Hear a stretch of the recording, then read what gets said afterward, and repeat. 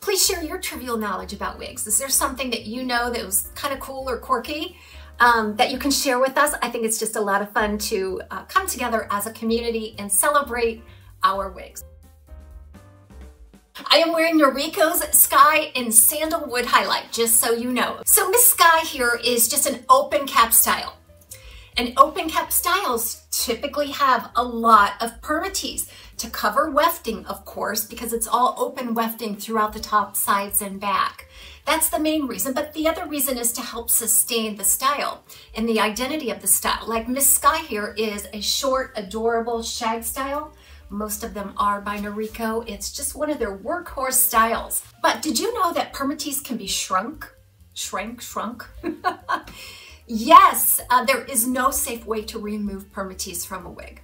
It's just the foundation in which all of these fibers are sewn in. But you can use the heat of your hand or styling maneuvers to shrink it. And it's not a permanent thing, but it definitely can help you sculpt your style. So if you just warm up your hands through a little bit of friction and you put your hands up under the fiber against that permatease layer and you press, the permatease will be sandwiched by the heat from your hands and the heat from your head will shrink the profile of the permatease and effectively reduce the profile of the wig. So I just had it on here maybe 15 seconds and you can already see how sculpted it looks compared to when I had it on before. You can do that anywhere. So you can do that on the top. Typically there's a lot of permatease on the top. Now I like lift and volume on the top, but you can definitely get a more sculpted look by using the heat from your hand to shrink the permatease. So yeah, it's not permanent, obviously. See, all we have to do is get in there and fluff it back up to get that big volume back. And what I love about Noriko is that it's sustainable. So however I set it, it tends to stay that way throughout the day. So let's list another thing about open caps. So with open cap styles, the volume, as I explained, the profile and the volume can be more easily sustained because of that permatease. And the permatease is necessary on the open caps. You get that blowout look. So if you like that blowout look, so what is a blowout? On your natural hair, they would go in with a really big round brush and they would pull it up and they would definitely point heat in the direction of the root and then pull it out, pull out the heat all the way out to the tip of the hair to smooth the cuticle.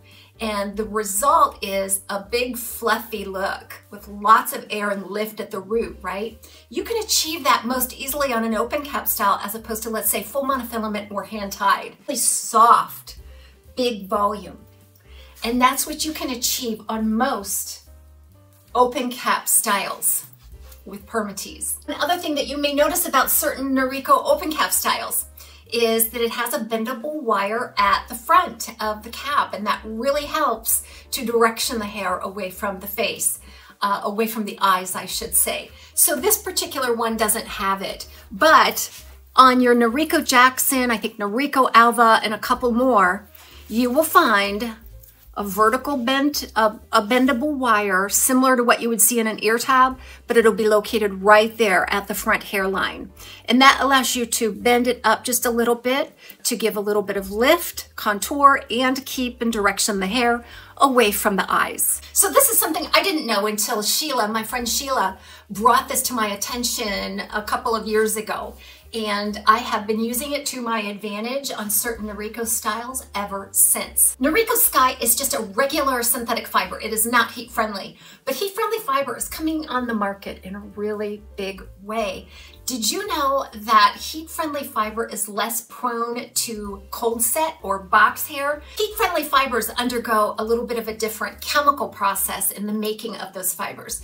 And so they're more resistant to heat, but that means they're also a little more resistant to cold. So if it's in the box and we're shipping it to you in the summertime down in Phoenix, Arizona, it's not gonna warp in the box as easily due to heat. Likewise, if I'm sending it up to you in Alaska, you're probably not gonna see as much cold set. I have a video out there on how to fix cold set or box hair. So there's some strategies that if you do get one, don't panic. There's a lot you can do to correct it. but I have found that the heat-friendly fiber is a little more resilient to heat and cold. So number 5 on my list of superfluous wig knowledge. Have you noticed that a lot of brands are changing their sizing? It's created a little bit of an interesting climate in terms of how a wig is going to fit me, right? And that's why wig reviews are so important, because we can give you some feedback about how that particular style fits. Now, I'm a petite average, and when I first started wearing wigs, I would say that for the most part, we saw a lot of average size wigs, which fit anywhere from 21.25, which is my circumference, through 22.5 if they have enough stretch. And that encompassed about 90% of all wig wearers out there. They could wear an average cap comfortably. In fact, I saw more petite or petite average styles than I did large at that time. In fact, Noriko was one of my go-to brands because the typical fit on Noriko is more petite average. But have you noticed that brands like Ellen Villa, Raquel Welch, Gabor, Henry Margu, Belle-Tress, their caps are getting bigger, right? Even their average size seem to have a little more stretch to them. I struggle to get a good fit on some of my very favorite brands because of that reason. Now, why is that, we say? Because if you're petite-headed out there, then you're frustrated that we don't have more petite styles.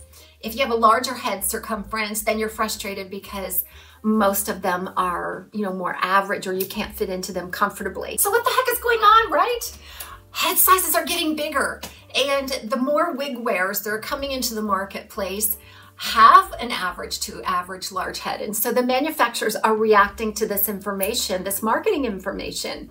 So a lot of you out there have larger circumferences beyond the normal, like 22.5. And so this is definitely more prevalent than they thought. Either our heads are getting bigger, we're just getting smarter, right? Or they just weren't paying much attention when they first started to wear wigs, because the average European head size is a little smaller compared to the US. So I think this US market in its explosion and growth is just bringing about more need for those larger cap sizes, which is not great news for Taz, because I'm at 21 to 21.25 circumference, and I've got petite measurements, but I can still wear Noriko quite nicely. Ellen Villa is the biggest one that I think you can see variability. I mean, you're getting anywhere from petite to petite average through large. I mean, so large that I can't wear it on Ellen Villa. So just stay close to the reviews and information coming out on the new Ellen Villa styles. They typically will tell you how this particular new style is supposed to be fitting. So another fun fact about open cap wigs. So your open cap wigs tend to have a little bit more stretch to them. So if you do have an average large circumference, you might want to look towards an open cap versus something with a lot of monofilament or hand tied. Using Raquel Welch as an example, Raquel Welch's hand tied caps seem to be smaller compared to their caps that have open wefts on the sides and back. So just keep that in mind as well when you're shopping for wigs. If you have a large circumference, you probably know all of this, but I'm always tickled to get a hand tied because it fits my petite average circumference a little bit better. So this is the box that my lovely Sky came in. And so if you don't know, or if you have forgotten, they always include care instructions for your wig on the tag. So these Noriko tags, they were just really aggressive and quite annoying, right? When you're going to try it on, you've got two big thick tags here, and the string that they use is quite thick as well. So this is what you get, and so this is all we see, and I'm like, get that off of there and throw it in the box. But wait, who really reads this? Even though it says caution or attention, does anybody read this? It says combing instructions.